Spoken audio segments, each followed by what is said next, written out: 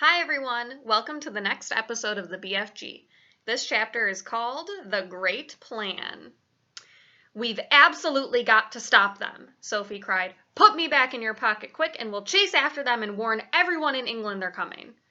Redunculous and impossible, the BFG said. They is going 2 times as fast as me and they is finishing their guzzle before we is halfway. But we can't just sit here doing nothing, Sophie cried. How many girls and boys are they going to eat tonight?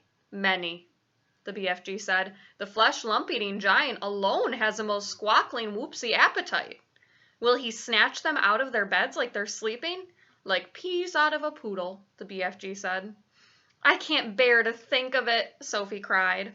Then don't, the BFG said. For years and years, I is sitting here on this very rock every night after night when they is galloping away, and I is feeling so sad for all the human beings they is going to gobble up.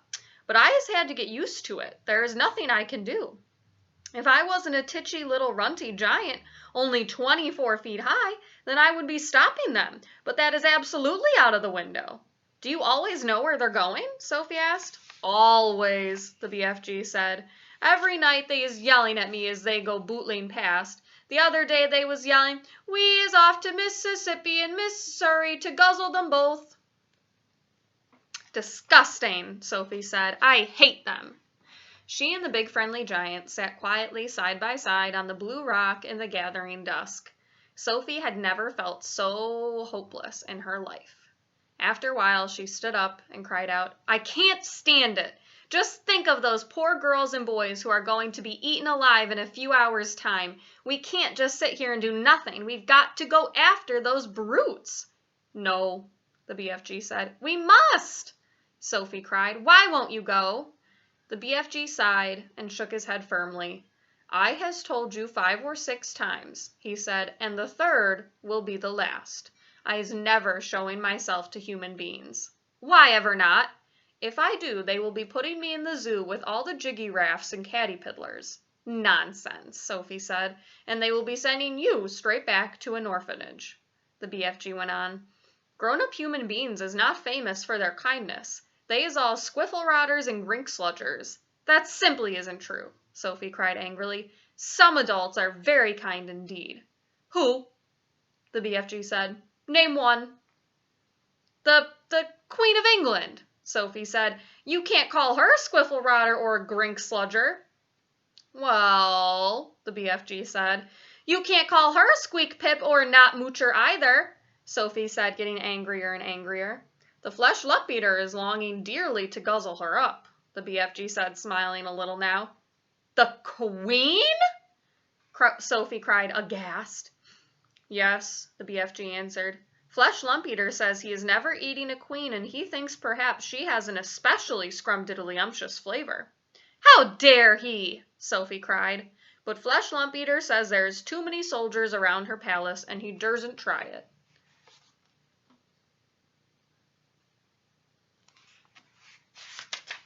He better not, Sophie said.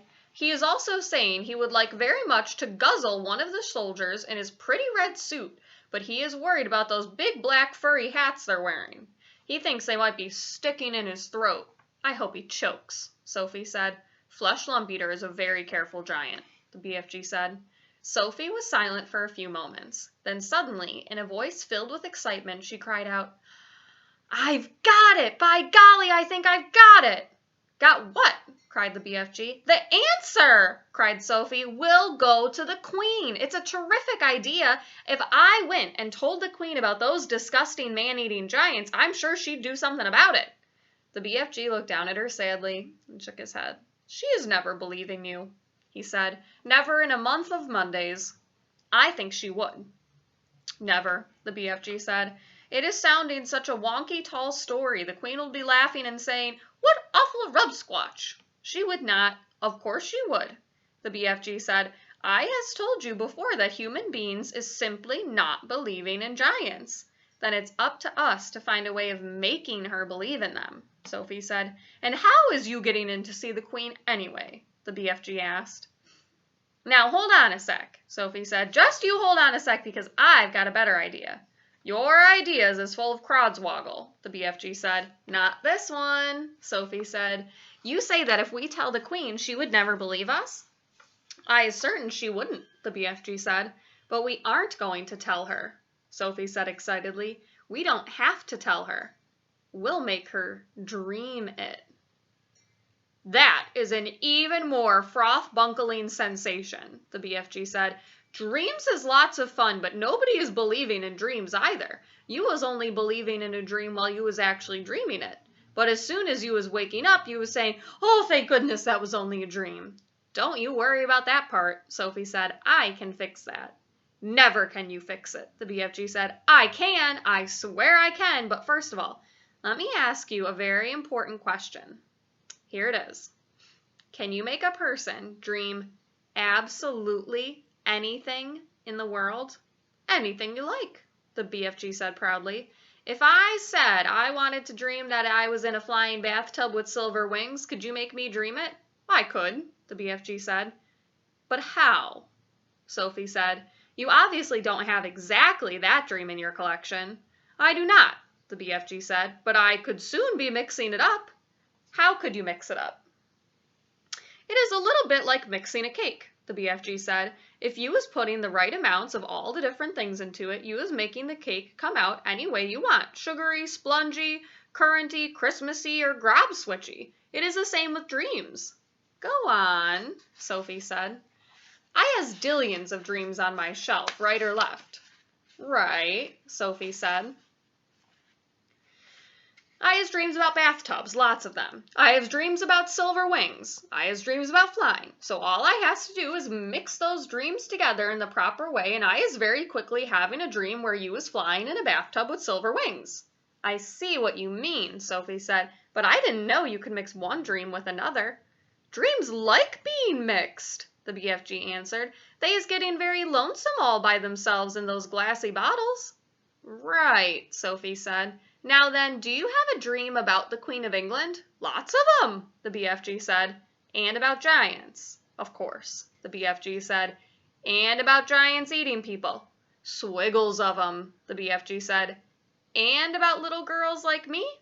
Those is commonest of all, the BFG said. I has bottles and bottles of dreams about little girls. And you could mix them all up just as I want you to? Sophie asked, getting more and more excited. Of course, the BFG said, but how is this helping us? I think you is barking up the wrong dog. Now hold on, Sophie said. Listen carefully. I want you to mix a dream, which you will blow into the Queen of England's bedroom when she is asleep. And this is how it will go. Now hang on a mintick, the BFG said. How was I possibly going to get near enough to the Queen of England's bedroom to blow in my dream? You is talking dumb silly. I'll tell you that later, Sophie said. For the moment, please listen carefully. Here's a dream I want you to mix. Are you paying attention? Very close, the BFG said. I want the Queen to dream that 9 disgusting giants, each one about 50 feet tall, are galloping to England in the night. She must dream their names as well. What are their names again? Flesh Lump Eater, the BFG said. Man Hugger, Bone Cruncher, Child Chewer, Meat Dripper, Gizzard Gulper, Maid Masher, Blood Bottler, and the Butcher Boy. Let her dream all those names, Sophie said, and let her dream that they will be creeping into England in the depths of the witching hour and snatching little boys and girls from their beds. Let her dream that they will be reaching into the bedroom windows and pulling the boys and girls out of their beds, and then... Sophie paused. Do they eat them on the spot, or do they carry them away first? She asked. They is usually just popping them straight into their mouths like popcorn, the BFG said. Put that in the dream, Sophie said. And then the dream must say that when their tummies are full, they will go galloping back to giant country where no one can find them. Is that all? The BFG said. Certainly not, Sophie said. You must then explain to the Queen in her dream that there is a big, friendly giant who can tell her where all those beasts are living, so that she can send her soldiers and her armies to capture them once and for all. And now let her dream one last and very important thing. Let her dream that there is a little girl called Sophie sitting on her windowsill who will tell her where the big friendly giant is hiding. Where is he hiding? Asked the BFG. We'll come to that later, Sophie said. So the queen dreams her dream, right? Right, the BFG said. Then she wakes up, and the first thing she thinks is, oh, what a horrid dream! I'm so glad it was only a dream. And then she looks up from her pillow, and what does she see? What does she see? The BFG asked. She sees a little girl called Sophie sitting on her windowsill right there in real life before her very eyes. How is you going to be sitting on the queen's windowsill, may I beg? The BFG said. You are going to put me there, Sophie said. And that's the lovely part about it. If someone dreams there's a little girl sitting on her windowsill, and then she wakes up and sees that the little girl really is sitting there, that is a dream come true, is it not? I is beginning to see where you is driving to, the BFG said. If the queen is knowing that part of her dream is true, then perhaps she is believing the rest of it is true as well. That's about it, Sophie said, but I shall have to convince her of that myself. You said you was wanting the dream to say there is a big friendly giant who is also going to talk to the queen? Absolutely, Sophie said. You must. You are the only one who can tell her where to find the other giants. How is I meeting the queen? Asked the BFG. I is not wanting to be shooted at by her soldiers. The soldiers are only in front of the palace, Sophie said. At the back there is a huge garden. There are no soldiers in there at all. There is a very high wall with spikes on it around the garden to stop people climbing in, but you could simply walk over it. How is you knowing all this about the Queen's palace? The BFG asked. Last year I was in a different orphanage, Sophie said. It was in London, and we used to go for walks all around there. Is you helping me find this palace? The BFG asked. I has never dared to go hiding, sneaking around London in my life. I'll show you the way, Sophie said confidently. I is frightened of London, the BFG said. Don't be, Sophie said. It's full of tiny, dark streets, and there are very few people about in the witching hour. The BFG picked Sophie up between one finger and a thumb and placed her gently in the palm of the other hand.